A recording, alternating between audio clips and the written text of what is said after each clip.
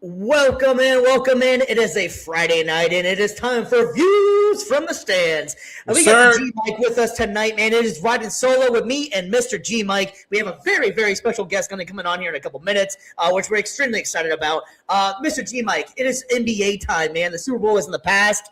Of course, the NFL runs the world, but right now we are just focused on that life of ball, man. G Mike, are you excited for the All Star Weekend? Everything we got going up? All-Star Weekend, man. You know how I really feel about that, man. I think it's a little past. I think they got to get over it, but definitely excited for the second half of the season. I think the time is gonna ramp up. Absolutely, man. We definitely got that going up, man. So basically, this whole recap of today is going to be all basketball, man. We're playing ball today. We have a very special guest, Uriah Young, coming on, and that's going to be a great conversation. And my man knows so much about basketball, and we'll let him explain a little bit more. We're going to be doing our predictions for the three-point contest, the dunk contest, all the festivities, the All-Star versus the World, that confusing-ass format they got going on. Anywho, it's all about ball today. So without further ado, let's go ahead and bring on our special guest of the night. Special guest views from the stand.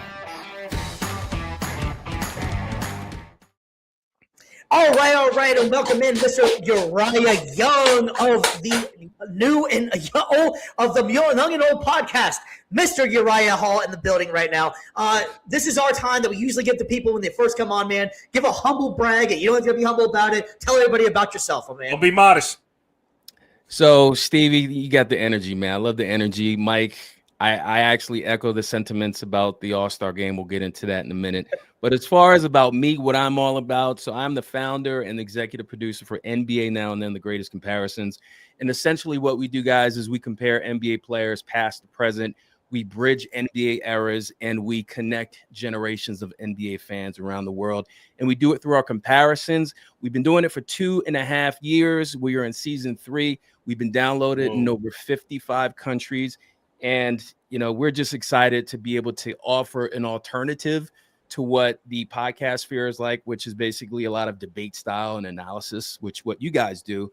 And what we do is we basically take you down memory lane, but we also offer inspiration by going over the backgrounds of NBA players that you know and love. We go over the stats, the accolades, and best of all, we offer the rosters of all those players that you love, just to give a balanced, objective view on why we compare these players, and we have a great time and fun time doing it.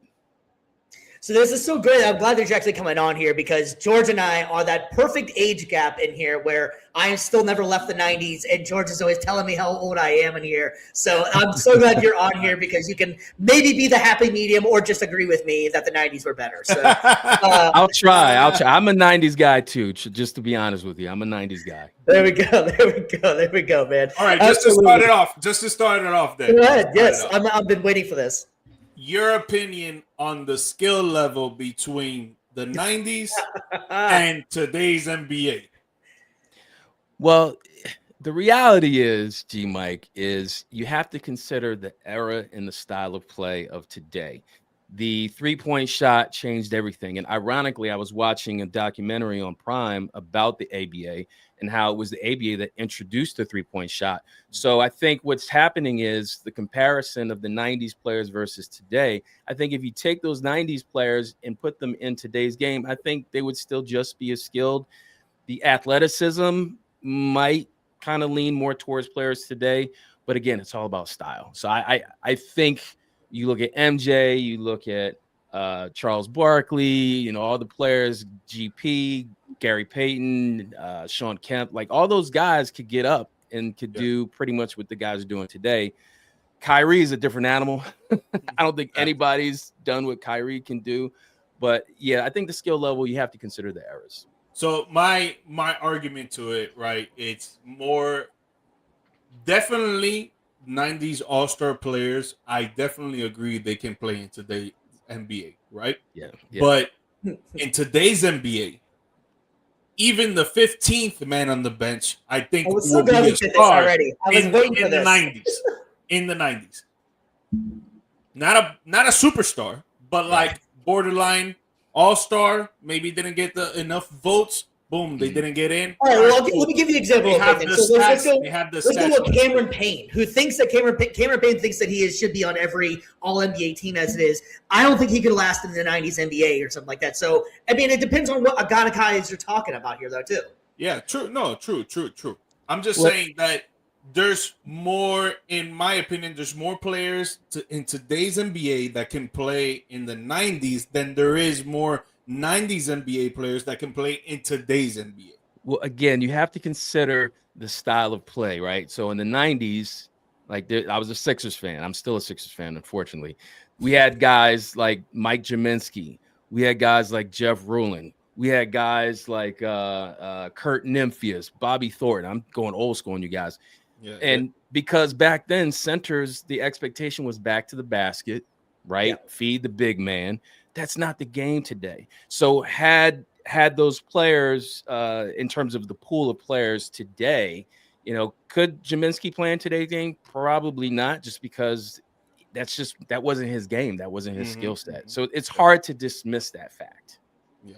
Yeah, and I think another thing that comes up with too, and you're talking about the old school stuff, and we're definitely going to move on to other stuff, whatever. But like, I like this, like kind of like your wheelhouse here. But I think it's like the hand check rules, and there's the rules are a little bit different now, So Right. like, you could be a lot more physical back in the day, So it's hard to say what these guys could do, what the guys could do. Like Harden back in the day probably would be all right just because he would or actually I take that. I think Harden would have a more of a difficult time because you could get hit. And I think that's a lot of what he's predicated on now is that you can't necessarily get hit, and it's more about the finesse style and the scoring, where back then you could hit somebody, and it's the be a man, get up kind of aspect, Well, he shoots a lot of 3-pointers. He's top 5 in history in 3-pointers. So that means he would score way more back then than he would right now. But I think he would get they wouldn't call the same foul. Going to the line and what you're saying, driving to the basket. Yeah, I understand what you're saying there because that's what he was doing a lot. Right. So the jump step that he does and all that wouldn't survive necessarily as much as I don't think in like the 90s as it does in the 2000s. Yeah, fact. The 2000s also offered a more exciting product though as well. I mean, like you can say this. Well, they showcase the athleticism of these guys a lot. Oh more, yeah, so. That's my favorite. I mean, we could get into that. I mean, my favorite era of basketball is 2000s. I don't know what yours is, Young, but hey, look, I think my favorite era, just to be totally honest, would be the 80s and 90s. I'm going to be 50 this year, so I grew up watching Isaiah Thomas. Charles Barkley was my home team favorite player. Obviously, Michael Jordan. Although I wasn't the biggest Jordan fan in the beginning, I thought he was a ball hog. But the 80s, the 80s with Magic and Bird, it was so. Look, Stevie, it was a special era to watch the Celtics and the Lakers. Every spring, you could always count on that rivalry taking over the sports world in the springtime. So I think the 80s and 90s resonate with me because that it was like a seed that was planted in me. But to be honest with you, the 2000s with Vince Carter and KG, those were exciting times too. They just took the baton and ran with it. Yeah, and I think what's interesting about that too is that you had the Bird, the Isaiah, all those guys in the 80s, and they played their own style. Then you got 90s, you got Jordan, and even Shaq at that point. But then the 2000s just went a different direction. I think that they started really to showcase how much of these guys are athletes. And Jordan, for as great a shape as he was and all that stuff, he could fly and all that, but he was one of the only guys I feel like that really was showcasing that athleticism. Sean Kemp was great and stuff, but a lot of those guys were very, I'm not going to say fundamental. I feel like, but that's almost like a disrespectful word when you're saying someone's fundamental. But I mean that with respect, that these guys were just great basketball players. Like you're not going to get someone to get crossed over like they are right now back in that day. It just wasn't happening like that. You had guys. That's why I think Iverson was so important back at that time too, because he was right in the end of that era, and then you could see where the new generation was going. Yeah. As a Philly guy, I'm sure you were all about that. Look, we got to mention Steph Curry. I think without Steph Curry, literally, we would not have so many teams shooting 3-pointers. And it is so frustrating because we all love the game. And then you got guys holding on to the past, talking crap about, the new game, and then the younger guys taking a dump on like the older guys. And it's like, look, what has changed is the shooting. Everyone Yeah. is shooting now. The centers are shooting, forwards are shooting, point guards. Like you got 6-8 point guards. That's the norm now. So the evolution has brought us to where we are now. And I'm kind of the guy with my podcast, NBA Now and Then.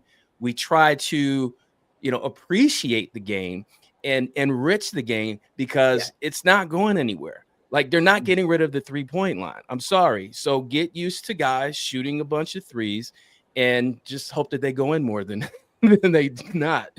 So I had actually told Steve about this.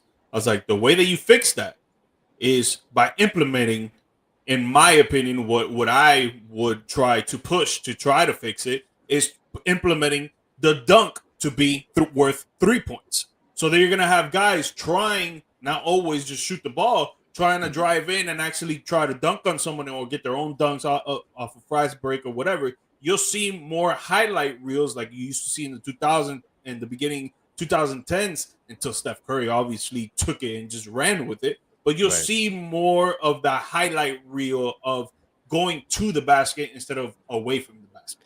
I haven't heard that one yet, G Mike. That seems it seems interesting because now if you've increased the value of a dunk to 3 points, now there has to be more defense played, especially in the paint. That could be a byproduct of something good. I don't know if it ever. Welcome to Views in the Stands, man. Right? Yeah. Adam Silver, where you at? No, you need to fix a lot of stuff in the NBA right now. No, Adam Silver's listening right now. He's not worried about all the celebrity game and stuff. He's checking out Views in the Stands because he knows we got both our podcasts on. So we already know he's listening. So we'll email us later. Did you guys see what he said about the draft lottery? No, go ahead, because that was some interesting news. Go ahead. So basically, he's saying that he wants to do a tournament for the teams that are in the lottery for the last 10 games of the season. I've been saying that for a while. I feel like it has to be a certain type of way though, because it could go negative and positive. Because then I feel like if they do that, then the really bad teams, I guess I gotta put more thought to it. I don't know. They'll still be bad. I don't know. I honestly, I haven't put a lot of thought to it. I just saw it today. He just wants to make a tournament for the draft lottery, basically. Let me jump in and be. Yeah, I'll be devil's advocate. Okay. So if my team stinks, and I'm fighting for a roster spot, right? Let's say I'm like the 10th or 11th guy, and my contract's expiring or whatever.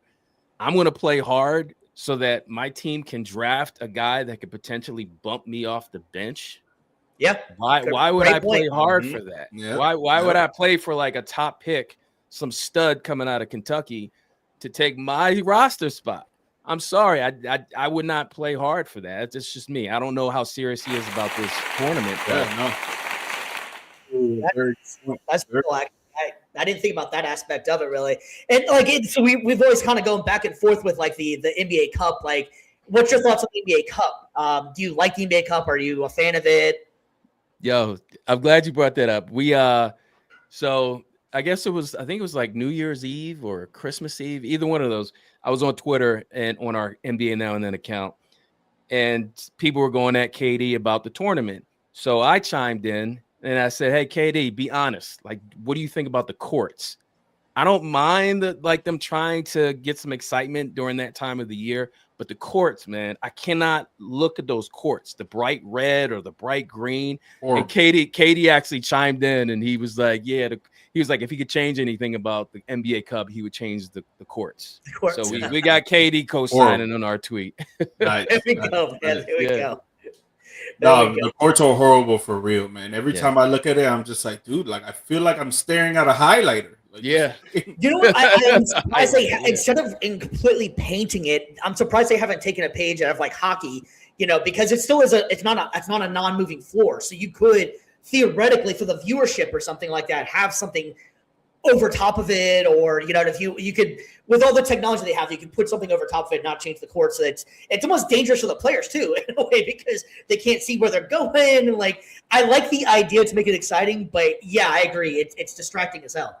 It was almost like whenever the NFL did the Color Rush games, and colorblind people were complaining that they couldn't see. There it is. There it is. Frame that. So I said, be honest, KD, are the Cup courts hard to watch on TV or what? And do the players like playing on the bright color courts? Katie says, if I would change one thing, it'll be the color of the courts. I like the big ass decal of the trophy on the floor, though. Yeah, that's what I was about to bring decal up. is fine. Like, Steve said, like yeah. put something on there to distinguish it from a regular season game. Mhm. But the brightness of the courts got to go. I haven't heard one person in 3 years say, "Man, I love those courts. Those courts are amazing. I love staring at those courts." That looks Right. like a highlighter, like Mike said. Dude, it's like the NBA Finals. Like they should That's bring an back epilepsy. the whole trophy and put it in the middle of the court, man. That used Why to not? be awesome to see, bro. Fire. Yeah, dude. All right, well, we're just going on rants on here real quick, so let's go ahead and jump in. Actually, there was some big news that just happened probably about 4 hours ago, so we're going to jump. News from the world of sports. We've all heard about it as of now, especially being a basketball fan. If you haven't heard, CP3 is apparently hanging it up after he got waived by the Toronto Raptors. Uriah, man, this was big news, or is this just one of those things that no one picked him up? Did the NBA retire him, or what is this all about? Is this real or not? Wow. I just know that Chris Paul, being from North Carolina, obviously a Wake Forest product, we actually compared him in season 2 of NBA Now and Then. We compared him to Jason Kidd. Look, some players don't like him. The thing with Rondo is always kind of fascinating to watch. But as far as his legacy, the guy is a bona fide star. He is a bona fide quality human being with a lot of the philanthropy that he's done throughout his entire career. President of the Players Association for multiple years. The guy has a legacy, and you can't dismiss what he's brought to the league. As far as the retirement thing, I didn't see it coming. I'm not surprised because, I mean, he's pushing 40. If not, he's 40 years old. I would have liked to have seen him get a chance to win a championship. But, yeah, I'm as shocked as you guys are. Yeah, man. Dude, super shocked. At first, I just want to talk about his game. Guy was a floor general on the court, a coach on the court, really. He was a great scorer in his early years, you know, when he in Charlotte, when he went to LA, obviously in the decline with LA, then he started moving to OKC, then went to Houston or the other way around, and you know, he almost got a shot at trying to play for a championship for real. First time around, he did have a second time around with Phoenix. Obviously didn't really happen the way they wanted to, but dude, 12-time All-Star, 5-time assist champ, 6-time steal champ, 11-time All-NBA, 2005-06 All-Rookie Team, 2005-06 Rookie of the Year, 9-time All-Defensive Team, a member of the NBA 75th All-Time Club, and a 2012 All-Star MVP, man. And just to say all that, the fact that how these teams treated him at the end, dismissing him from the LA Clippers, getting him traded to the Toronto Raptors, and the Raptors waiving him like that, instead of using his knowledge, his veteranship to try to coach up other players and teach them how to be better at ball, it's mad disrespectful. It's super disappointing on how the way that they treated him and let him go and not go out on his own terms, because in my opinion, I feel like he did not go out on his own terms. They kicked him out of the NBA and no one else wants him around, bro. And that's very, very sad for a player who gave up his all for all the time that he's been in the NBA. And he's been, like Young says, very high gratitude off the court and still while on the court. Yeah, maybe he could have been a pain in the butt in the locker room, but dude, honestly, if you are in any competitive environment and you are a true winner, that is going to happen. You're going to have arguments with your brothers on the team, because eventually you guys become brothers and you're going to have disagreements, and you know, you just want to win. It's the competitive side that's coming out. But the way that they treated him, man, kicking him out the NBA, bro, I do not agree with it. Chris Paul always struck me as like the adult in the room, even as a young guy, even whenever he was there. He always just seemed like the mature, grown man. His game was always grown man. Like, he never seemed like he was, you know, too big. But I do want to bring this up, and I'm sure you're right. You're going to remember this one here too. A lot of people seem to almost forget, but in 2011, this deal got denied. And this is like a big part of his legacy here. So just as a recap, I had to YouTube. Google it real quick to find out what it was real quick. But so in 2011, the Los Angeles Lakers were going to get Chris Paul, while the Hornets were going to get Lamar Odom, Kevin Martin, Luis Scola, and Goran Dragic. And the NBA denied this deal because they felt that the Hornets were not going to get enough back in return for Chris Paul. That would have changed everything for Chris Paul's trajectory, for the Lakers, for everything. Chris Paul and Kobe Bryant, I don't think there would have been any issues. They're both men in a room, without a doubt. So I don't think there would have been any issues on who's playing hard, who's not, who's practicing hard, or anything like that. But it's just wild if you look back on the deals that have happened now. Ergo, my favorite team, the Dallas Mavericks and Luka Doncic. How did that not get denied if Chris Paul, for one player for 5, did it, and we got nothing back pretty much for it? And then Anthony Davis turns around and gets a bunch back for it. But having said that, different guy. Anyways, but yeah, I think that's a huge part of Chris Paul's legacy, and Chris Paul as the player, is that he was about to go to a team that possibly could have won a championship. If he would have been there, he might have been that missing piece, and he would have had a ring, if not maybe 2. And I think that would have changed Kobe's career. That would have changed a lot of things if that trade would have actually went through. And I honestly, looking back on it, I don't think that's that bad of a trade, really, if you clear the players. You know, I mean, Lamar Odom was at the time still pretty decent.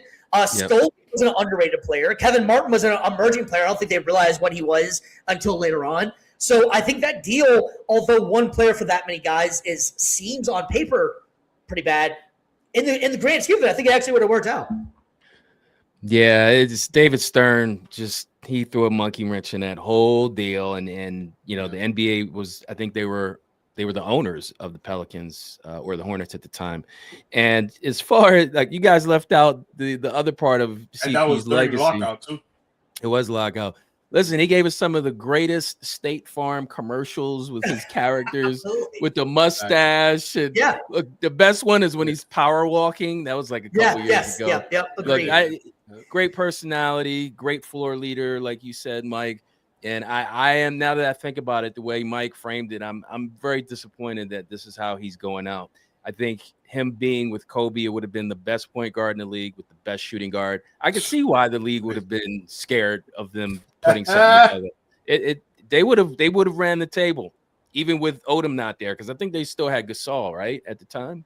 It was 2011, so that makes sense, yeah. And then the next year, Dwight came.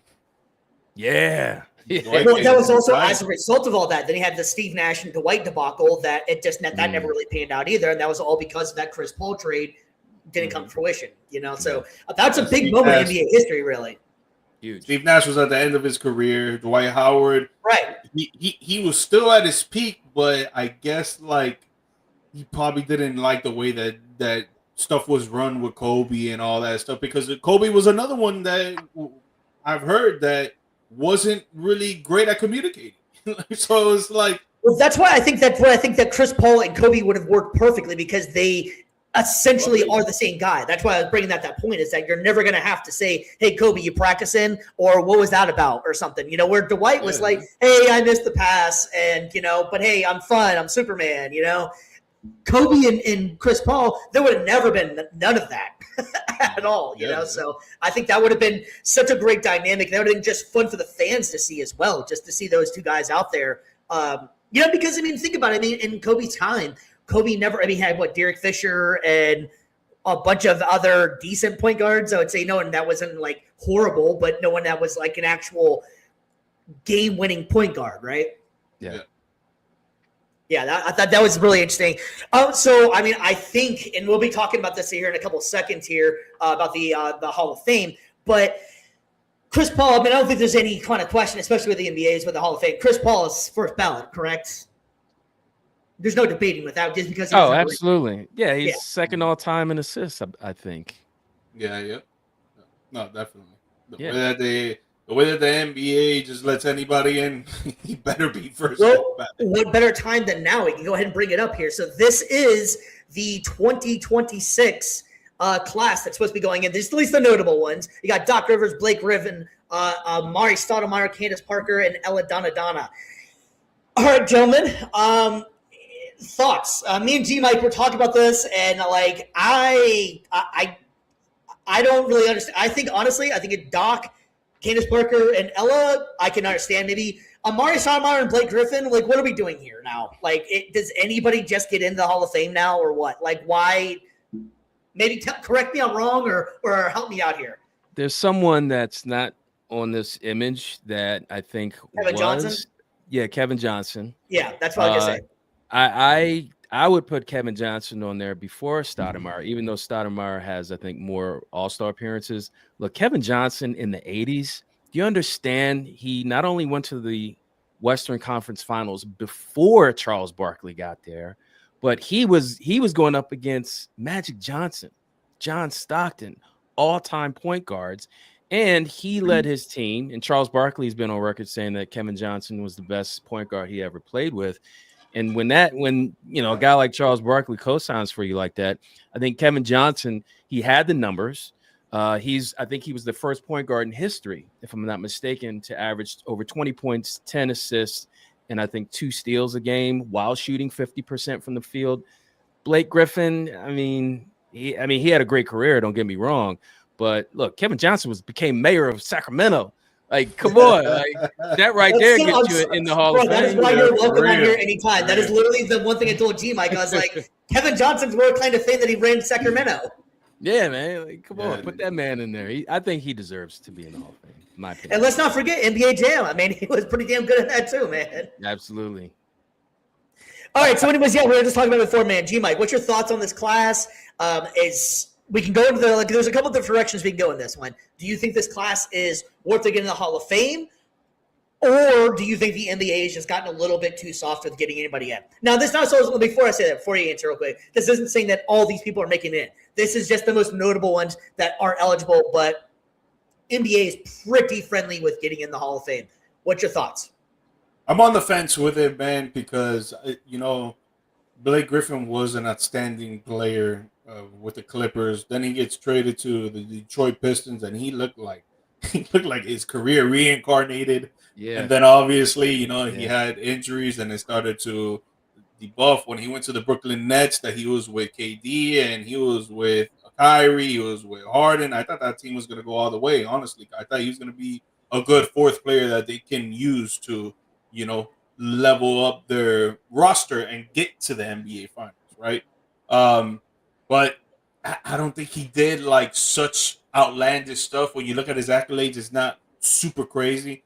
Him and Amari Stoudemire have the same accolades. Like, if you really look at it, they literally have the same accolades.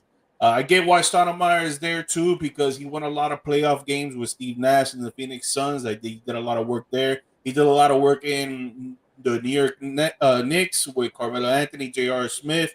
And, he was a prime piece there that, on the defensive side, he really helped a lot with the rebounds, of course. He was grabbing them on the offense and defensive side. He was scoring a lot of points. But, again, he didn't win any championships. He doesn't have so many damn accolades. So, again, I am on the fence of the fact that the NBA, I really feel that does let anybody in. Now, to say, are they not deserving of it? I wouldn't say that they're not deserving of it, but I wouldn't say that they are. So like I'm on the fence with it. Doc Rivers, he won a championship as an NBA head coach. All right, that's cool. He was a good player. He was a one-time All-Star. Like, he wasn't a super above average. So I don't even know why he's a notable candidate too. But again, I'm not gonna be the one to say, yo, these people don't deserve it, because at the end of the day, they put in the blood, sweat, and tears to go into winning a lot of playoff games. It does come with a lot with Doc Rivers on his mind when you go coaching. They're coaching all the time and he's working all the time. So with those three, I'm on the fence about. But Candace Parker, 100%, she deserves to be in. One of the greatest women basketball players. Star as well. Like, college star, 3-time NBA. Women's basketball on the map. Crazy. Agreed. Crazy Agreed. Good, bro. Crazy good. So this is one of the random things that I always know about things about just randomness, and that's why you listen to Views from the Stand sometimes here. But interesting fact about Amari Stoudemire. Amari Stoudemire had a 28-inch waist. 28. Did you realize? Holy shit. 28-inch waist. Isn't that ridiculous? Like, you know how lean you have to be as big of a dude as that is and have a 28-inch waist? Why I know that, Who the hell knows? I got glasses on, so it makes I'm smart. You know what I mean? Who the hell knows? I actually went on the same cruise as him, bro. We actually had a drink together at the bar. What shot. with Stoudemire? Yeah, with Stoudemire. Oh man, could he- you tell? like- could you tell he had a 28 inch waist? I could not tell that. Like, No. yo, Get bro, skinny I heard jeans, you little had a skinny. 28. This was in 2022. I think it was. It was like Yeah. right after everything opened up with COVID and people were, He starting might have moved up do to a everything 30 again. inch. We'll never This know. and But that. still, while he was He was- playing, he had a 28 He was a inch coach. waist. He was a coach with the Brooklyn Nets. So it was 2022, something like that. But Interesting. it was funny. It was funny. He was getting shots for everybody at the bar that was right next to him. I'm like, yeah, I'll take one. I was literally like squeezed next to him trying to get a drink, and then he's like, oh, I'm getting shots for the bar right here. You guys want one? I'm like, yeah. Nice. Well, since he had such a skinny waist, you were able to fit up at the bar, man. So, like, thanks to Amari. Did you get a picture with him? Mike? Dude, I never have that. Something tells me like I can't do that. I can't go up to like a celebrity and be like, "Yo, can I get a pic?" and this and that. Like I Can I get a can't do- selfie? Yeah, my wife told me, she's like, you didn't even like talk to him, tell him you're a sportscaster and this and that. I'm like, bro, like he's here. This guy's with on his people. vacation. Yeah, dude, I'm not gonna do that. Yeah. All right, if we haven't been talking enough ball, we're going to go ahead and jump into a complete extra ball section right here. Well, that sounded funny. We're going to jump into a complete ball NBA section here, all right? Let's go ahead and jump. Hits from the hardwood with VFTS. All right, boys, we have the NBA Slam Dunk Contest. And let's face it, guys, this has been a lackluster event the last few years. So what we're going to be end up doing here is going to kind of go rapid fire, if you will, and just kind of pick who you think over the next few events. Uriah, you're up top. You're on there. Who do you think's got this one? Not Jackson Hayes. Definitely not. After what he did was it last year with the note, he had a note or something. Look, I am not the biggest fan of All-Star Weekend. The only event I truly tune into is the 3-point contest. But for your show, I did do research. If I were to put money on a winner, I'll put it on Carter Bryant. The kid has crazy athleticism. I like his style. And I think he's a favorite in Vegas. So I'll go with Carter. Yeah, I was watching him play. When was it? Who did they play last game? Was it yesterday or the day before the Spurs played? I don't remember who it was, but I was watching Carter Bryant play. He does have crazy athleticism. I'm gonna go with the hometown man, Keyshawn Johnson, baby. Make it proud for the 305. Go out there and try to win that, baby. See, I'm getting excited. I thought you were talking about hometown over here. I forgot you're living in Miami now again. I'm actually going to go Jace Richardson just to represent the Magic. Like I said, I'm a Mavs fan, but I live close enough to Orlando. Let's go, Jace. I have no dog in this fight at all. While we're on the subject here, actually, we were talking about decades. We were talking about all that stuff like that. What is wrong with the dunk contest, in your opinion? Because I know you like to do a lot of historical stuff. So Is it the fact of, like, we've just seen the dunk already too much? Is it the fact of, like, they're trying to do too much?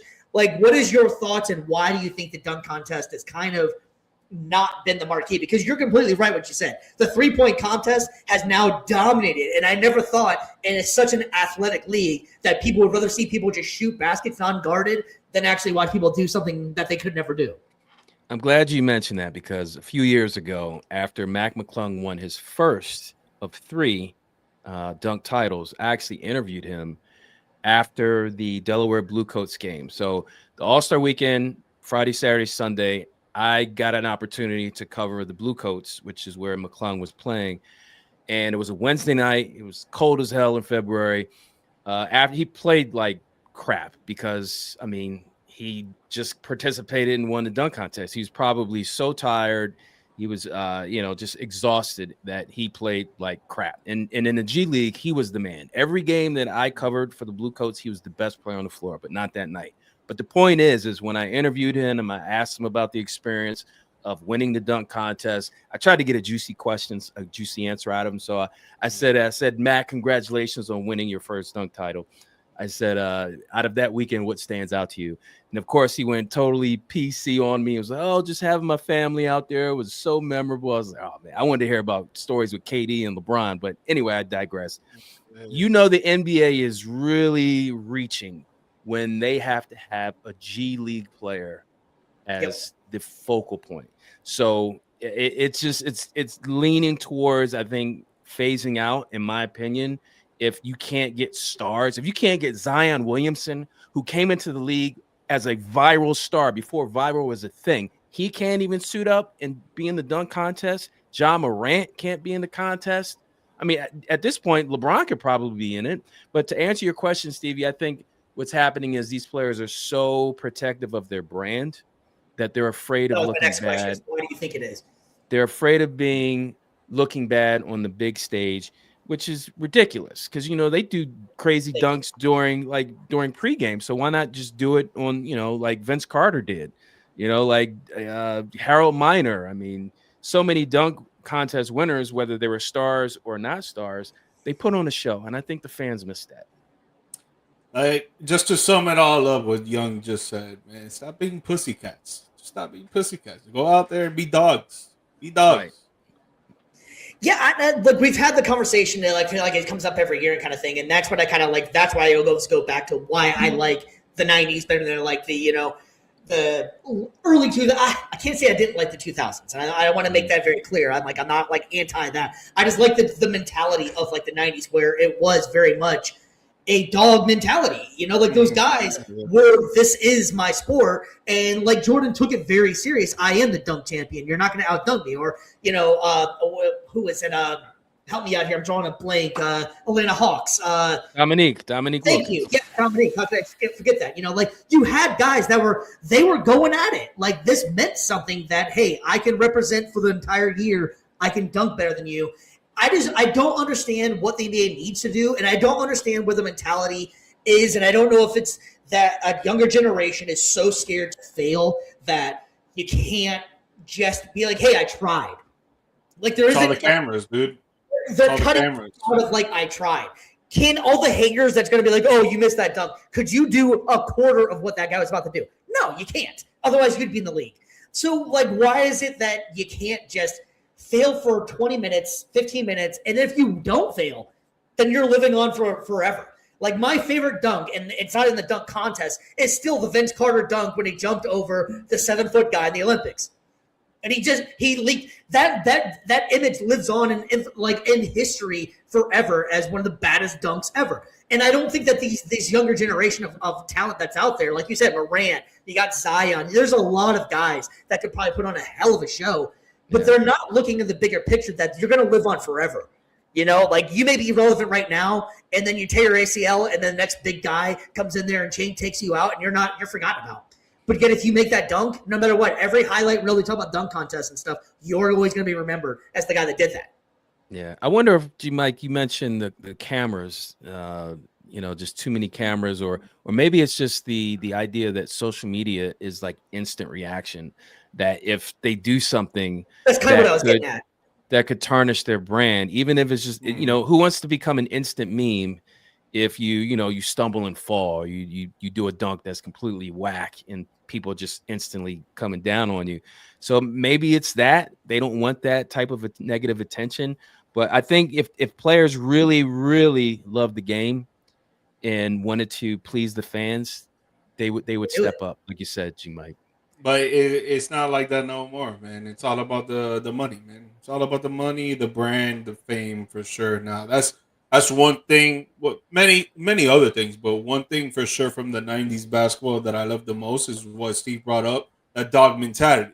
Like I was raised on that mentality. Like my close friends were raised on that mentality. But my generation, and the generation under me, like there are a lot of kids, a lot of young adults or adults my age that are really scared to do stuff because of what other people are going to think or say. And it's just like, at the end of the day, it's like you shouldn't really give a crap about that. So why? You're in the NBA for a reason. My birthday's in 3 weeks right now, man. G Mike, actually, how old are you now, man?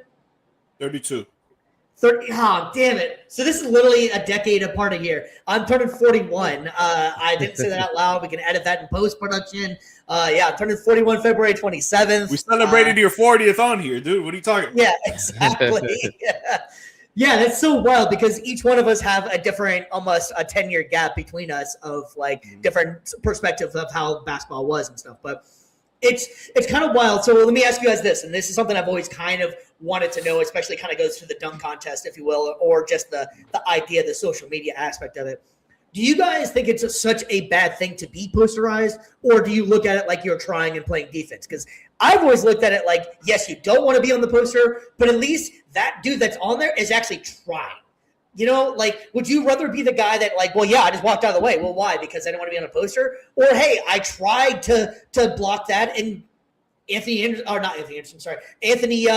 is a great athlete, and he just jumps over me, or something like that. Like, what's your thoughts on that? Like, because that's my stance is I would rather be on the poster for trying than not be on there at all, or be the guy to the left that's doing one of these weak-ass moves, and the guy's just dunking. Yeah, I'm the type of guy. I when I play basketball, I love playing defense. I was a point guard. I loved playing point guard, getting guys involved. But defense, locking down a player or going up for a block, that's just the type of player I was. But I don't play 82 games and all the training they go through. I don't know. I can't speak for NBA players, but it would be nice to see more guys, like be more aggressive in the NBA. Definitely. Like LA Fitness, when I played, like I think it all, to answer your question, I think it all depends on the situation, right? So I've been in the situation that, it's maybe we're playing up to 21 and it's like 9-8 and a dude's running down the court and he's about to dunk. And I'm like, you know what? I'm not going to get in his way, try to injure him, nothing like that. Like, whatever, right. Boom, goes and dunks. And I'm just like, all right, cool. I made a business decision, right? And then I've been on the end of, like, the game is at 19-20 and we're down by 1 point and dude's coming down the lane and I'm the only one in front of him stop, and I've gone up and I've tried to block it and I've gotten posterized. Like, that's happened to me. And then there's been other times that I'll go up and I'll literally block the dunk, right before it's about to, like, he's about to really take off, because if he gets to his height, I don't think I'll block anybody. But like when he's about to really take off, like he has the ball here and I've blocked it and I've like literally made a play and the dude scored off of that and it like gave me praise. So I think it's like, it just all depends on the situation. I don't think like you should go up all the time, but then again, I don't think like you should be scared and not go up. Exactly. Well, let me put it this way too. I'm talking shit like I'm like 6 foot something. I'm 5'7", so pretty much everybody's gonna dunk on me anyways. As if I haven't had an opportunity to block anything. I'm just saying, the guys that are 6 foot and above, try a little harder, please. But I get it. Stevie, you're gonna get that 48-inch waist in your face, right? Yeah. A little sooner than Mike and me. I'm 5'11". How tall are you, Mike? Me, I'm 5'11" too. Okay. Yeah. I play a lot of physical basketball and I use a lot of my chest because my main sport is football. So I know how to use my hands, right? And I know that in basketball, you shouldn't use your hands at all unless you're trying to go for a steal or a rip, right? Most of the time it's just straight body and keeping your hands out wide so they don't get past you. But my main thing is, if I'm covering someone in the perimeter, I'm not trying to let them get to the basket at all. No. If I'm playing someone on the post, I'm using more of my body to push them out without using my hands that it causes a foul. All right, well, I made that one a total digress. So just so we can all be on the same page real quick, go ahead and rapid fire like I was saying before. Who's your pick? I got Carter Bryant. Kinshaw Johnson, baby, 305. And I am going Jace Richardson. All right, so we're going on to the shooting stars. And Uriah, was hoping, because I know you follow basketball a lot, probably more than I do at this point. I've been so stuck in the NFL. What is going on? Like, I'm confused on the format of this right here. Why is there Team All-Star, Team Nick, Team Cameron, and Team Harper? I get the Harper thing, I guess, but what are they doing here? Like, I was so confused when I saw this. Yeah, well, I'm gonna be straight up and down with you like 6 o'clock. I am as baffled as you are when it comes to this Same. format. I don't understand it. I don't try to understand it. I know the NBA is trying to attract, attention. They're trying to shake things up. I hope it works out. I mean, I'm looking at your graphic, and you got Chet Holmgren, Scotty Barnes, Rip Hamilton. I mean, just looking at it, if it was just straight up these guys playing, I think I might go with maybe Team Knicks just because of Cat and Jalen and Allen Houston. But yeah, I honestly don't know how they're gonna pull this off. Right, I and don't here's even know the what it is. What is it? right, and basically it's that skills competition. It's the skills competition where the pass. That's why Skills, okay. So Okay. what I'm confused on here is that I got is there Team a Harper. team? I got Team Harper all day. Why is there a Team Harper and a Team Knicks when you're in Los Angeles? I think It's not as I if think like that goes to like just how the way that they meshed up the team. I think in a sense, I guess that's what they're trying to do. I don't know, or that they're it's just weird, naming the but, team like- because of what they got similarities. Maybe. the Harper team is their father and son, his kid. So I'm okay with that. Fine. If you want to throw a wrench in there, something like that, cool. I'm fine with that. But why do you have a Team Knicks in LA?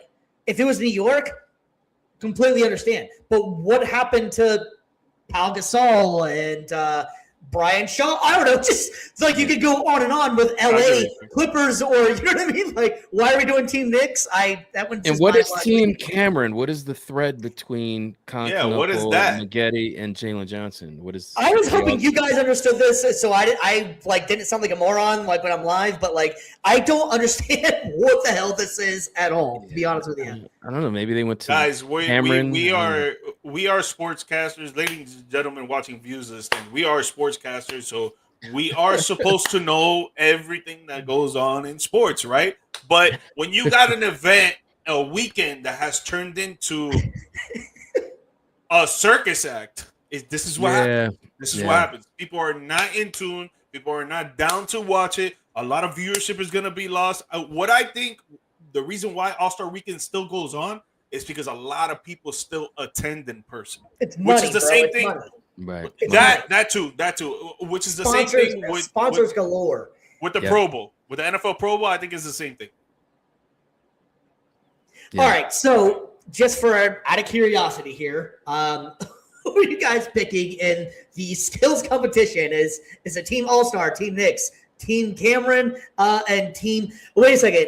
Okay, the only thing I can think of here is Team Cameron. So maybe they all went to Duke. That's what I was gonna say. Maybe Cameron yeah, Indoor. Yeah. Oh Yep. yeah.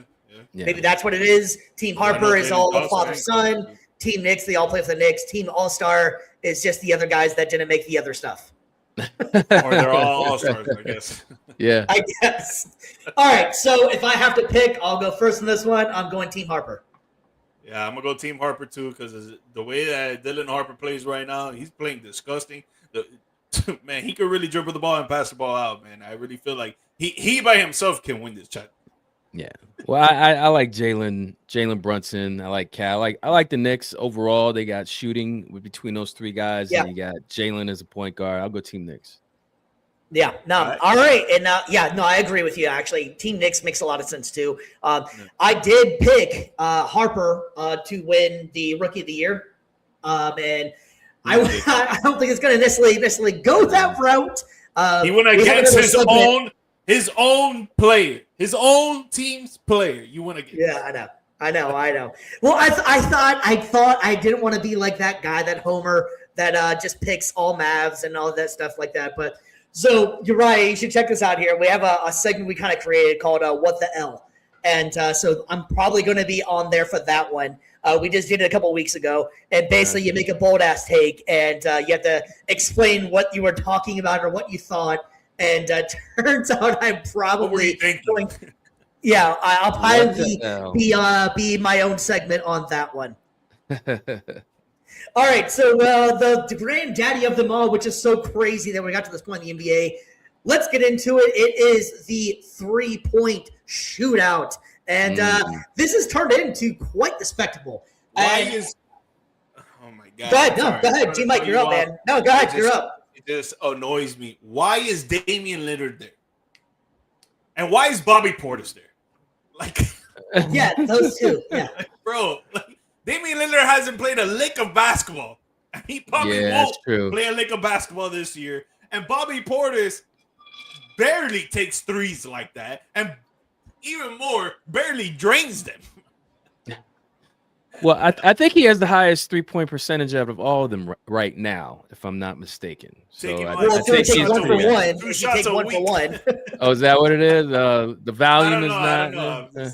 I'm talking smack, but Okay, to all me, right. it just doesn't make sense. Bobby Portis is 1 for 1, so he's 100% of threes. Right. Nah, I look at this lineup, guys, and there's some great shooters. You look at D Book, his numbers are down this year. I think he's only around 30% from three. Knuppel, I mean, runner-up rookie of the year at this point.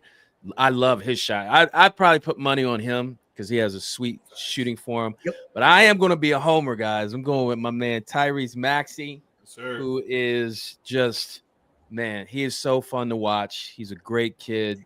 What a rebound year it's been too. Like I'm glad for Tyrese Maxey, man. Like I know last year they signed him to that big contract and it was injury and just he wasn't living up to it. But Tyrese Maxey is awesome. I was either hoping that he got, no offense to you guys, but I was hoping that he got shipped out because I thought he wasn't really working with what they had going on. But I love Tyrese Maxey, man. Tyrese Maxey is awesome. It is his team right now, and I know, And that's what it should have been. That's what it should have been. But it's his team now, and as far as just being a shooter, I mean, the kid can knock it down from anywhere on the floor. So I'm going with Tyrese Maxey as my front runner in this competition. Yeah. I have Tyrese Maxey at second because the way that I've seen Knuppel just drain the three ball this season, he surpassed Stephen Curry for making, I forgot the number amount, but before, what was it? 30 games or something like that, or 60 games. I don't know what it was, but he surpassed Steph Curry. And bro, and I saw a video of him today actually practicing on how he was going to be shooting the 3-point contest. He had the line of cards of balls. He was going through each side, taking all his shots. I don't know, man. I feel like he's locked in. I got the rookie on this one. Okay. I'm going with the rookie as well. I think Devin Booker's going to be the runner-up. But yeah, I'm going with the rookie as well. Knuppel has been just an energetic shot to the NBA that, like, I don't think I knew that he was kind of like that Duke team was so stacked that he was, second, maybe third fiddle in that group that they had there. But Knuppel has played fantastic. And the Hornets finally, for once, nailed a pick and when they landed with this kid. And I think that he's a great ambassador. And like, I have really high hopes for this kid. And just going back to, like I was saying before, I'm a Mavs fan. So like going back to that Mavs and Hornets game that they had where Knuppel and Flag, both Duke boys just going back at it, but they combined for like 120 points or something like that. Like it was just ridiculous what they did. It is a bright future for the both of those kids. I like it too. And how about cool? I'm sure you guys all seen it too. Whenever they had the whole family come over to the house, that had the whole basketball team come to the house. You know, like that's just, it's pretty cool that a rookie is that good enough, and the players respect him, and the players respect the family enough that they all go, hey, you know what? This isn't weird. We're gonna go to a rookie's house and eat dinner, and everybody got to hang out. Like so. Ever since that point, been a fan of his. I think that he is one of the steals of the draft, really. Like that, going back over, really. Now, obviously, Cooper Flag was going number one, and I'm happy we got him. But you can look at a lot of teams that said, man, we passed up on that one. What about the Hornets, man? Yeah. Well, they've been playing lately. Yeah. All right, so then we have the slightly confusing and often misunderstood the All-Star game itself. So we got the USA Stars versus the USA Stripes versus Team World. So I'm not sure about why they're doing it this way, but to me it seems way complicated. But if you're wondering how this game is going to go, so the way this is going is a 4-game, 3-team round-robin tournament that they will all play. And one of the teams versus one of the international players will basically have to win against the top advancing final American team. Makes a lot of sense to me, right? You know, like Guys, I don't Well, get real- why they're real quick. to me, just narrow this down and make it Team World versus Team USA. I guess. Like, that's my opinion. Uriah, you're up top, man. You're up first, man. What's your thoughts on this one? I actually don't mind East versus West. I'm old school. Okay. Yeah, right. Just keep But it like that. But if you don't do that, I like what you said, Steve. You just do Team USA versus Team World. Maybe it'll surprise people. Maybe it will be entertaining. I think it really is all about effort at the end of the day. So they could make round robins all day long. You know, international versus national. They can do all that and try to hype it up the best that they can. But at the end of the day, and every national pundit, every former player that really cares about the fans getting the best experience, even from home on your couch, look, you need the effort. So if the effort is there, then they will have a successful round robin, 3-team knockout, whatever you want to call it. But I think it's just I can't comment on this without mentioning effort, because as insignificant as the game itself is, there's no stake in it, right? I mean, they get bonuses, but maybe I've heard many people say maybe they should make it like the baseball MLB. Whoever wins gets some type of playoff seeding or something like that. Well, they unfortunately got rid of that not too long ago, but I agree that was at least motivational. Oh, in baseball, they don't do that anymore? Yeah, that they got rid of it a couple of years ago. It was very recent though. But yeah, no, that was what the point of the All-Star game was. Whoever won got home field advantage. Yeah. We just want to see a good game. We just want to see competition. It's just one game. I mean, the odds of getting hurt, I don't think I've ever seen an All-Star game where a guy got hurt in the 80s or 90s. I mean, Ben Simmons, he fell in an All-Star game and all of a sudden got a bad back. Well, Kobe broke his nose. Dwayne Wade. Well, that's also because Kobe was playing. Yeah. But I mean, that's a nose. It's not like an ankle or a knee, right? God, he came back and dropped 40 on weight. Yeah. Crazy. I mean, dude, man. All-Star game. Yeah, so I mean, do you guys like this format kind of thing, or what are we doing here? I think they try to switch it up as many ways as possible to get so many people to watch, and it's just not entertaining anymore. And Young hit it on the head. It's because of effort. That's all it is. It's effort at the end of the day. I mean, you can't really force people to go out there and put their bodies all on the line when it's just a meaningless game. Like, you can't really expect that from them. And then, like, us fans, yes, we want to see the best competition. We want to see the best of the best go at it like they did in the 90s and all that stuff for sure. But this goes back to the money, the fame, the brand, the views, the instant reactions and stuff like that. Like, it all intertwines together. And it's just, man, the All-Star weekend, man, it's not the same. And the All-Star game itself is just not the same. But I just want to bring up what Nick Wright brought up. I don't know if you guys saw what he said. Uh-oh. What he said was hilarious. What he said was hilarious. I don't think it's a good idea because it really, like, if you go into politics, like, it's really going to ramp up a lot of things. But the man said if you go Team White against Team Black. Oh, Jesus. The guy is hilarious for saying that. Hey, guys, I'll be right back. I don't think that would work out. I think there's a lot of politics that go into that. I just wanted to bring it up because I thought it was freaking hilarious that he actually brought that up and said, "Oh my." Yeah, that would be here. He's still I mean, here. theoretically, if you're going to do it, this would be the year to do it, I suppose. He thought you were serious. No, I was just joking, man. Oh, I thought you were I didn't want to touch on the black and white thing. That's all I'm saying. Oh, wow. Yeah, that was. I was like, where'd I go? Did I get kicked out? Yeah. I saw I you. I was trying to be professional. I'm like, okay, well, you have to scoot out. Let me go ahead and make this look a little bit better for the online TV. And it turns out, yeah, that was funny. Wow. That is a Mike. If you don't edit that as a clip, that is a clip right there, man. Live at its finest. All right, so back to the point at hand. back to the lecture at hand. Okay. All right. Who do you got? Who do you got? By the Me, way? I got Team World. I think Team World's Team going to World. dominate this thing. Okay. Yeah, I think Team Stripes. I think Team Stripes, even though they're a little older, it'll be them, and I guess it'll be them. If that's how this is going to work, but I think Team World's going to dominate. Yeah, I do think Team World is going to dominate. The only thing different here, though, Norman Powell, he's going to be playing for Team World because Giannis is not playing, and they have the Right. Oh, I thought Castle got moved up. Who? Didn't Steven Castle didn't get moved up? No, it was De'Aaron Fox. I saw it today. That's what I'm sorry. Yes, sorry. Same team. Sorry. That was my fault. Yeah. And he's going to play for the Stripes. So Giannis is not That's going to be what there, you're but saying, even without Giannis, I do think they take it for sure.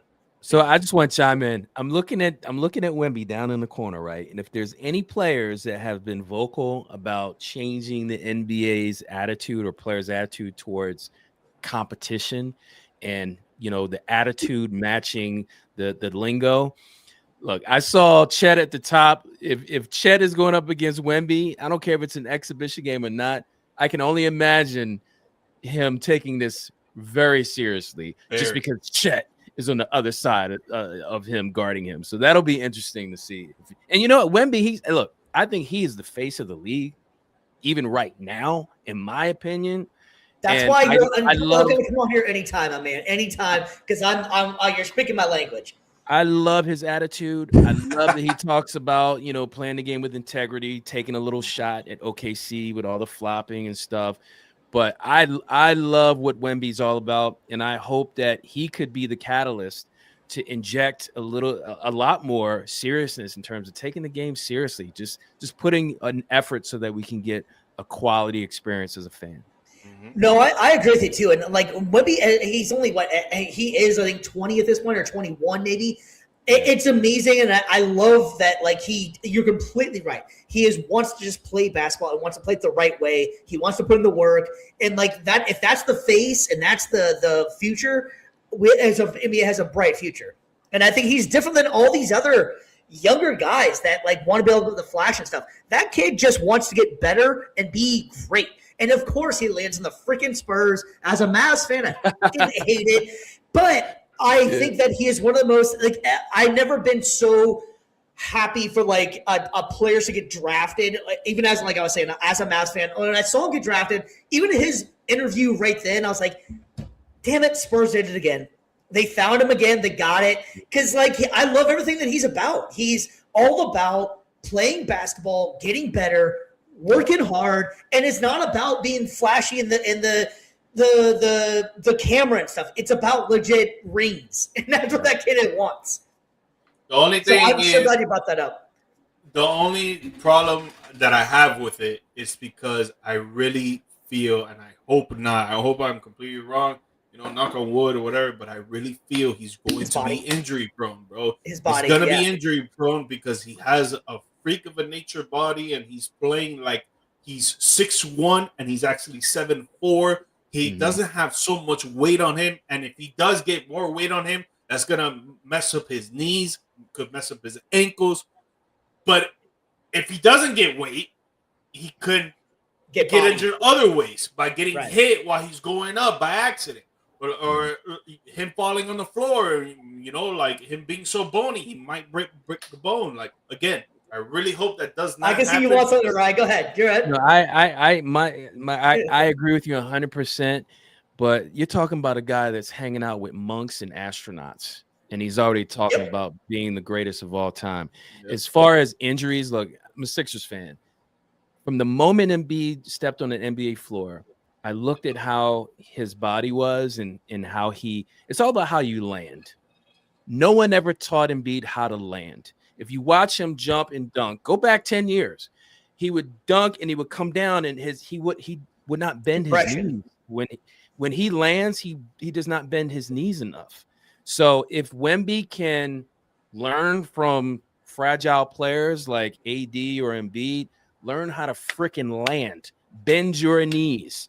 I mean, you can't stop from getting hurt in any sport, but if you learn how to land properly, you can reduce a lot of those like knee injuries, like particularly knee injuries. I mean, So that's Yeah. just my opinion on that.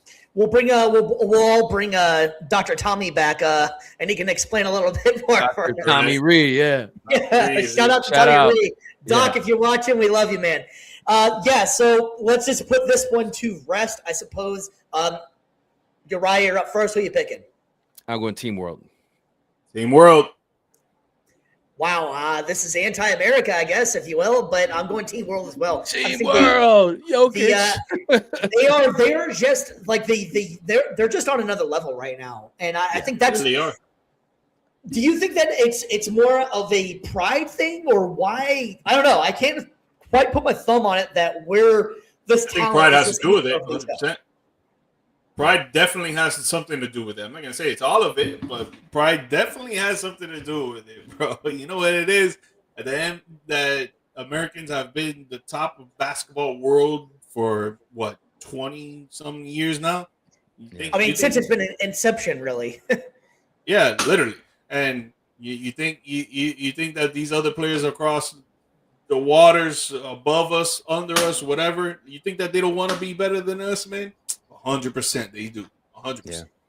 Yeah. Well, And I hopefully think this All-Star weekend turns out to be better than we kind of like downplayed it up to be. I said last year, I guess I could probably put that on the What the L segment as well. I was excited for what NBC was going to do because I was tired of like the Kevin Hart crap and like I love Kevin Hart, obviously, who doesn't, but like let's get back to actually this being an exhibition thing. So I think NBC is going to take more of an adult approach to it. I hope so. I will see. It's all obviously TBD.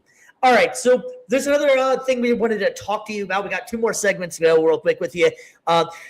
We wanted to talk about surprise teams right now. And so I want to get you guys' opinion, surprise and disappointment of the NBA season, because we're pretty much at the halfway point right now.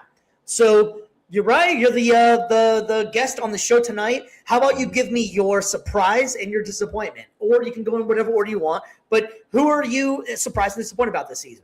Why don't we do this? We'll all go do our surprises and then we'll come back around and we'll do that works. That works too. Like it. Yeah. I would say start off on a positive note, and you guys mentioned it earlier. I'm pleasantly surprised, and I'm actually happy for the Hornets. Now I'm looking at their record; they're below 500. But Mike mentioned the 9-game win streak, the fact that Con Knuppel was just. They nailed it. Like they finally got, not finally, but they got a nice draft pick that contributed early, didn't really have to develop over a long period of time. And they're playing good basketball. I think they were one of the top defensive teams in the league during that stretch where they had this success. And, LaMelo Ball, say what you want about his family, his dad, the kid can freaking ball, right? I love LaMelo Ball. We compared LaMelo Ball in season 1 to Jason Williams, and what a fun player to watch, right? One of the most, 40 games, baby. yeah, I love white chocolate. I mean, LaMelo's one of the most popular players in the league. They got kids across America saying 6'7", like nobody else is doing that but him. But again, pleasant surprise. I'm happy for Charlotte. They need something in that community in terms of sports. And I just hope they can continue it. And I'd like to see them in the playoffs. That'll be an interesting matchup for them. G Mike. Yeah, man. Surprise team is the Hornets for me too, bro. I mean, a lot of people are writing them off. That they really didn't have a coach. LaMelo Ball can't really lead a team like that. He only cares about his stats. He doesn't care about the winning and all that stuff. And it's like with this 9-game win streak that they beat top teams in the NBA. It hasn't been like bottom teams only. They've beaten several top teams, and they ended that streak. When was it? Against the Pistons. Pistons are number 1 in the league right now, and they didn't even lose by that much. I think it was just about like 6 or 7 points, something like that.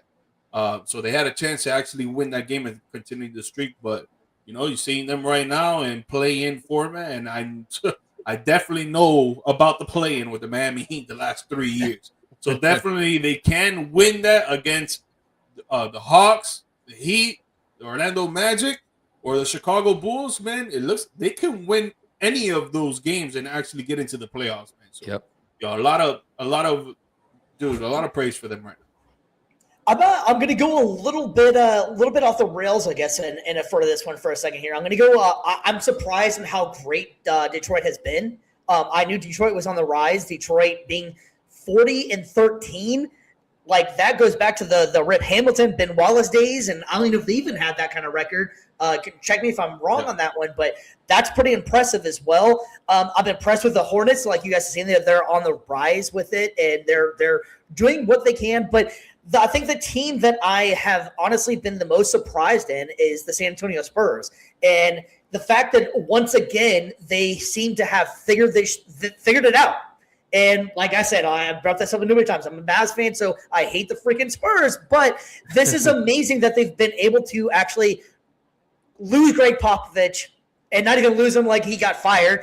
Guy stepped down and stuff with the Hall of Fame career. They get one of his guys in there, and he picks up exactly where he left off. And the Spurs are sitting at 38-16 right now with Wemby, Castleton, and name a couple of the guys, and they are just absolutely playing real basketball, and they're playing Spurs basketball, which is the most annoying basketball because it's fundamentals. It is pass the ball, make the best shot, don't get the stats unless you're Wemby, but even his stats are not on ridiculous stats. They're shots that he should be taking. So I have to say my surprise team beyond the Pistons, beyond the Hornets, is the San Antonio Spurs, that they are legitimately on the coattails of the Oklahoma City Thunder and have beat them 3 out of the 4 times they've played them this year. Hey, and look, De'Aaron Fox was Clutch Player of the Year, 2-3 years ago. A lot of people don't talk about him because Wemby's the big star. Great player. But Fox is an amazing player, and he's still really good, and he's not even 30 yet. Yeah, and he's dropping 20 points or 20-plus points per game right now. And dude had a messed up thumb that he had to come back from last season, and he's proven that he should have been an all-star before Giannis got taken out. Yep. All right, well, we have to go the other side of this one here. Disappointing team of the midway season. There's plenty of time to pick it up. G. Mike, I'll let you go first on this one, man. I have two, man. One is the Los Angeles Clippers. There's no way that you have a stacked squad like that. Yes, you're old vets, but even then, that you're old vets, you should use your mental aspect of the game to win you games instead of your physical aspect of the game, right? Because if you see with Luka Doncic, the guy is not that athletic. He's not that fast, but he drains shots. He uses his mind. He knows how to pass the ball. He gets rebounds. Yes, he doesn't play defense, but the guy can drop literally 40 points, 10 assists, and 10 rebounds whenever the freak he feels like it. So the fact that they use that excuse on, like it's just an older team and this and that, nah, man. They just play horrible. They started off the season 2-10. Then they went on to like 5-19 or something like that. It's just very disappointing to see the Los Angeles Clippers go from a team that it was in talks of going to the NBA Finals and now 10th place looking at a play-in. And then the other team is your Dallas Mavericks, Steve. The fact that they traded away Anthony Davis, the fact that Kyrie Irving is not playing right now, obviously that's not his control. It's more of an injury. But the way that they've been playing cohesive as a unit, the start of the beginning of the season was very bad. Now they're picking it up a little bit for sure, but because of Cooper Flag, a rookie, everybody else around them not really doing that much. And it's like, yeah, you got Chris Middleton in the trade. You still got Klay Thompson coming off the bench. You still got Derek Lively that he's injured. You got Kyrie that they're injured for sure. But I felt like you guys should have been playing a little bit better than what you've been playing right now. I thought you guys were going to be like 8th, 7th seed right now instead of all the way at the bottom of 12 or 13. Whoa, so hot take. You're saying Luka Doncic is good? Hey, Whoa. I didn't realize with that show now that we're just going to throw hot takes around here. Luka Doncic is actually pretty good. You shouldn't trade him for Max Christie, Anthony Davis, and a bag of chips? And then turn around and trade that bag of chips for a bunch of picks when you should have got the friggin' picks from the start. Anyways, yeah, man. I am disappointed. Well, I kind of expected this, and like with my Mavs, if you will, I'll go off of what you're saying here. I kind of expected this. I didn't think that they were going to be that great. But I also did say that I thought this could work if they kept Anthony Davis. If he could have stayed healthy, I thought I saw the vision what Nico Harris was trying to do. Is you make a big team and then you have a big guy that can run the ball, and that's what he was trying to envision with Superflex. So I saw it, but it just didn't work out, and then we ended up getting rid of Anthony Davis anyways. So I guess I will go for I'm going to go, unfortunately, for the local area here. I'm going to go – the Orlando Magic is one of my disappointing teams. Really? Okay. Because I thought with the Desmond Bane pickup, I thought that was going to be what they were missing as far as like they finally got a shooter. It just hasn't really come together. Like they don't seem like they're on the same page. And I tell you, I don't know if it has anything, and I wish Brandon was here, our other guy that's usually on our show with us, BC. He's an Orlando Magic guy all day long, and he actually works for the Magic. But I kind of think that Cole Anthony is that missing piece a little bit. And, and like sometimes you don't need a guy that's going to score 30 points a game or something like that. But I kind of feel like maybe they just don't think they're having much fun. And I think Cole Anthony was that guy that might have maybe kept everything together. I don't know. I could be that, but one of my disappointing teams of the year so far, and there's plenty of time to turn it around, is the Orlando Magic. They had a lot of injuries, though. I don't think they've had a healthy squad to start the season up to now. Like, even now, they don't have going off of what they did last year and, like, just they're – I don't know. They borderline might even make the playoffs at this point. You know, they're fighting for that playoff spot. Like, I thought this year was going to be the year that Orlando finally, after that Desmond Bane trade – I thought that this would be the year that they're in like the third seed or the second seed kind of thing. Like I thought they'd make that leap, and now they're just typical Orlando again. That they're just mid-level. Yeah. I think the Magic. I'm a huge fan of Paolo. We compared him to Blake Griffin in season 1, and we just compared Franz Wagner to Tom Chambers a couple weeks ago. So I know their stories like pretty well.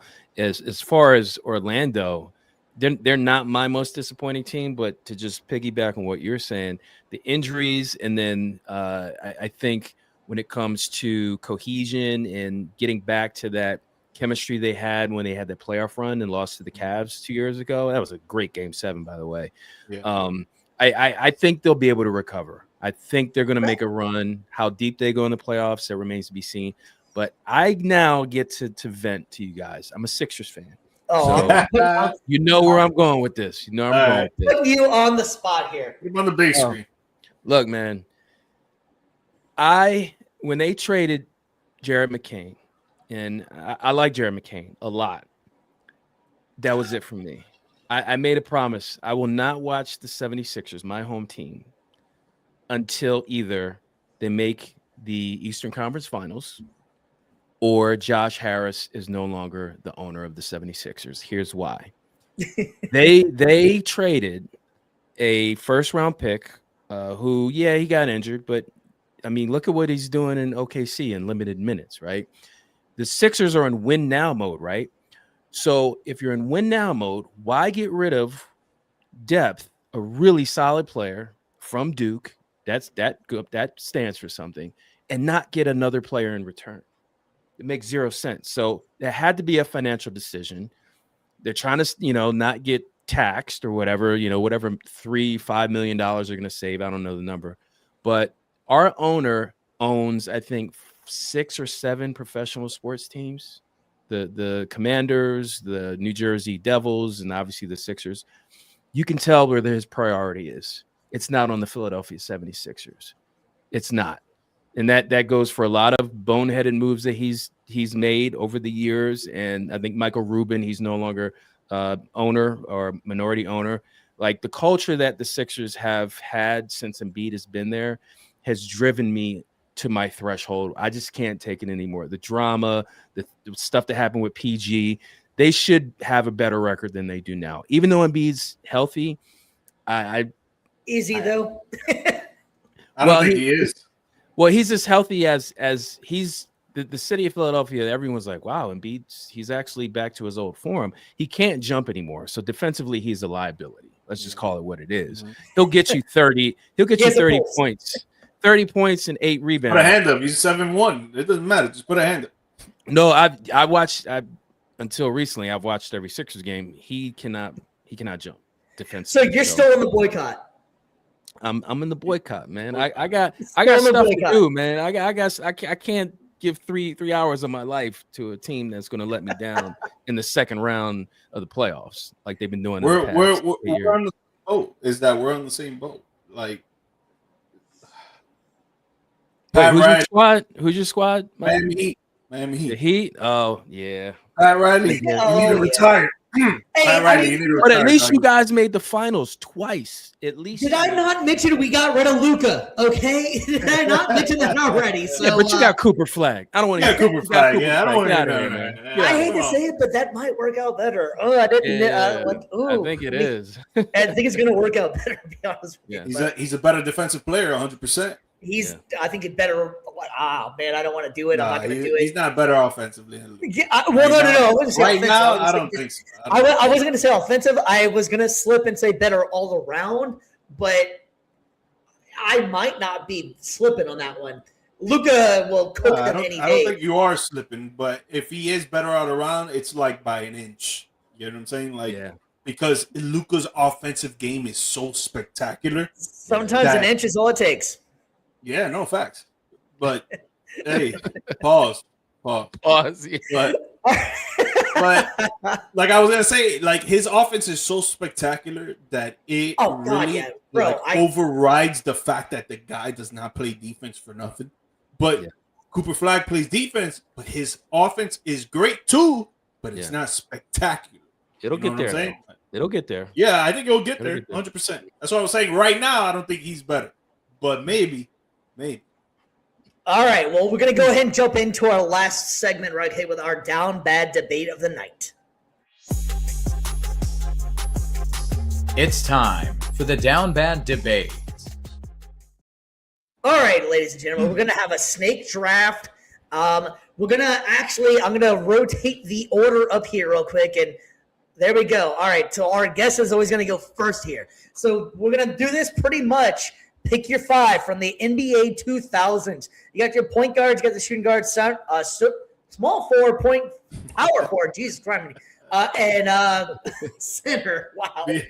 Before we go, Steve, remember, when you go, you pick 2. Yeah, I always screw this up. You always miss it. It's gotta. Should I move in the middle so I can just pick something? So Young, when you go for your second pick, you're gonna Right. pick I screw your this up second every and time. third. You're gonna pick your second and third. So right now you're gonna pick 1. I'm gonna Right. pick 1. Steve is gonna pick 1 and 2, and then I'm gonna pick 2, and then you're gonna pick 2 and 3. Like, Okay.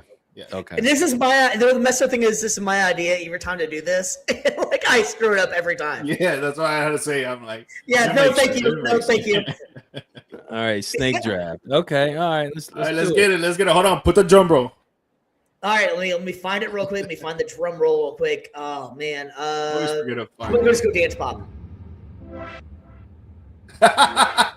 No. It's a Friday night. Let's get it. Let's get it.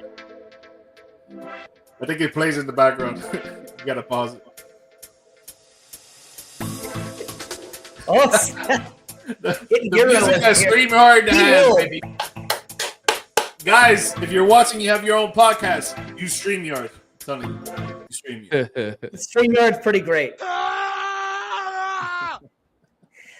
Okay. All right, so let's get this thing going. Actually, you know what? Let's actually. I was kind of feeling. I was kind of feeling that dance pop. What do you guys think?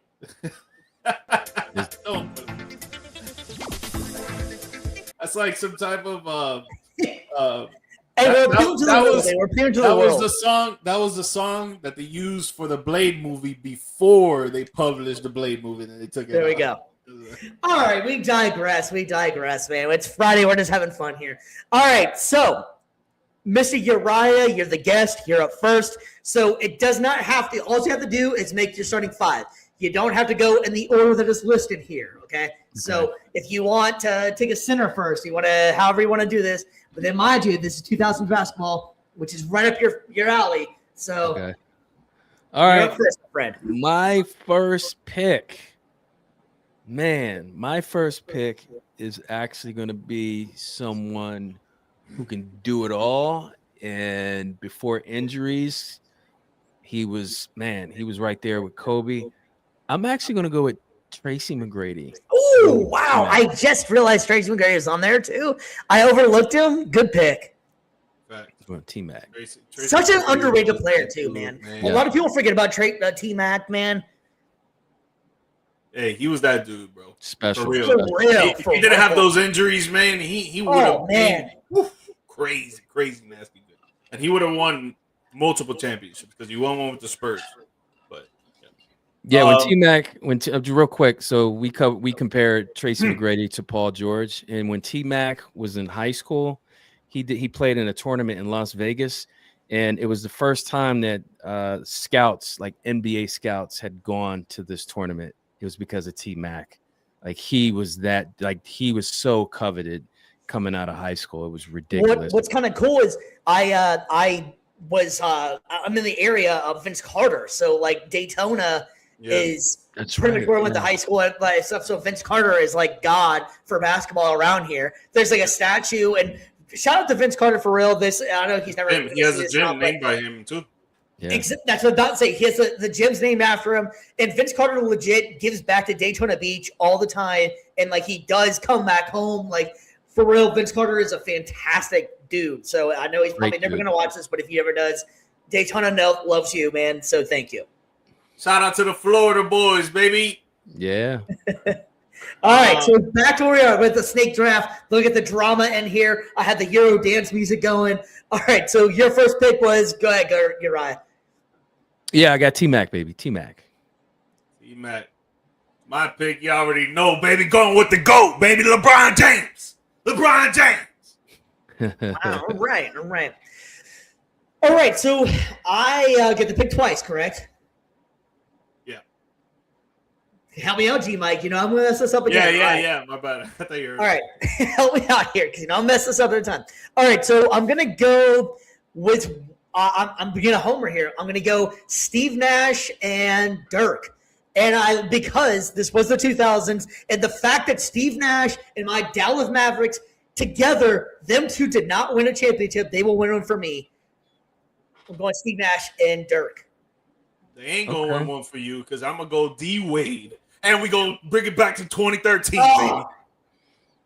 Oh, the foul game. The foul one? Okay. Okay, D-Wade and LeBron. That's your start. Yes, your first two picks. Okay. Yes, so now you got two. All right, I got two. All right. So I got T-Mac. That was my first pick. Now I can't believe he's still on the board, but I'll take him. I'm going Kobe Bryant as my starting two guard, and I'm going Allen Iverson as my starting point guard. Boom. Let's go. Already. That's a team to reckon with already. But you know what? I'm taking Shaq at his prime, baby, because no one will be able to stop Shaq, baby. All right, fine. We're playing that one. I'm gonna go Tim Duncan. I can't believe I took a spur here, but yeah, I'm gonna take. Tim Duncan, though. Yeah, you need some defense with Nash and Dirk in there. So yeah, I'm gonna take Tim Duncan. I get it. Hey, you go again. Do I have to? Yeah, I mean, it's a snake drive. That's how you do it. Yeah. Why you gotta be right about the draft? I'll take your pick. If you No. Hey, I'll go. No. I'm just kidding. You know what? No, I was gonna go Iverson, but I need some help up there. I'm gonna go Paul Pierce. Already got it.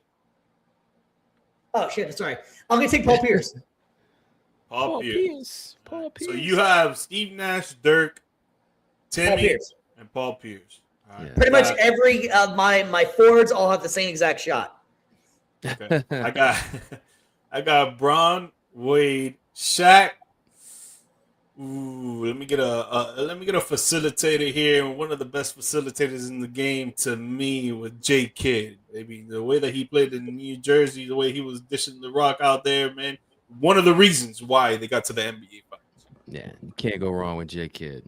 Can't go wrong with him.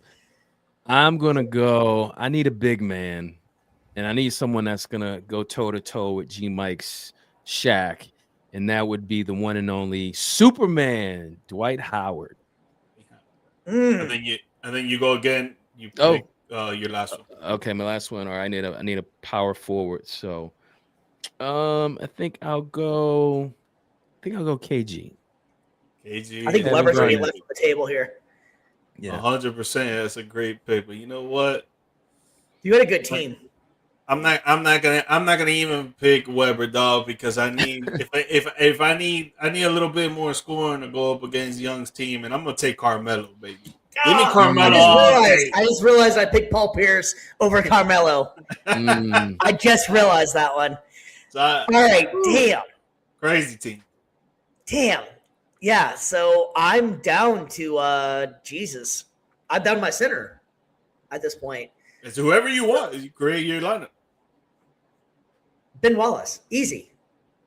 Okay. Ben Easy. Wallace. Okay. He's gonna That's the cover defense I Dwayne and needed. Shaq. That's the defense because I have Tim Duncan and I have Ben Wallace. So you're not scoring on me, and I'm scoring at least And you got Dirk. 12 to 15 out of Tim Duncan. Ben Wallace will get me a bunch of fouls, so it's cool. All right. So name your team. My team. All right. Well, actually, let's reverse the order. You're right. Name your team, and we'll go down in order.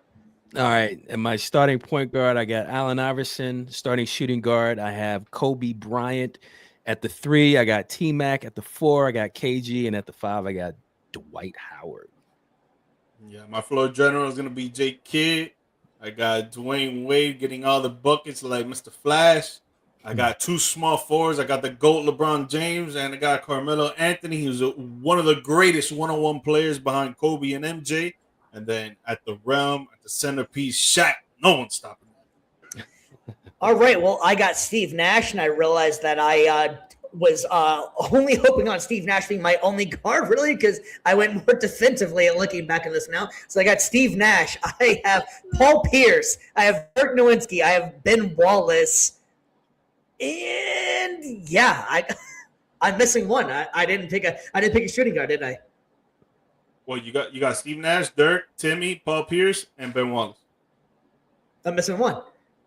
No, you got 5. You just got 2 power forwards. You got got no 5. shooting guards. You got 5. Score on me. Oh wait, hold on, guys. I hear is a draft day trade coming in. Yeah, right. Based on the lack of chemistry between Kobe and Dwight Howard, it just hit me that I have to trade one of those two.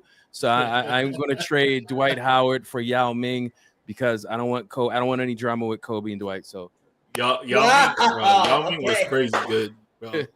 And I don't know if I can get one of those draft day trades either because all they have is a bunch of slow ass people. Man, I messed this draft up bad. You better hope we miss. You'll get a lot of rebounds. I'm begging on Dirk making everything. Yeah. Or Mr. Phenomenal. Oh, geez. I screwed this one up bad. It's a Friday night, guys. Sorry. I'll take the L on this. Is going to be on What the L. All right. We haven't even been drinking. So there's no yet. excuse.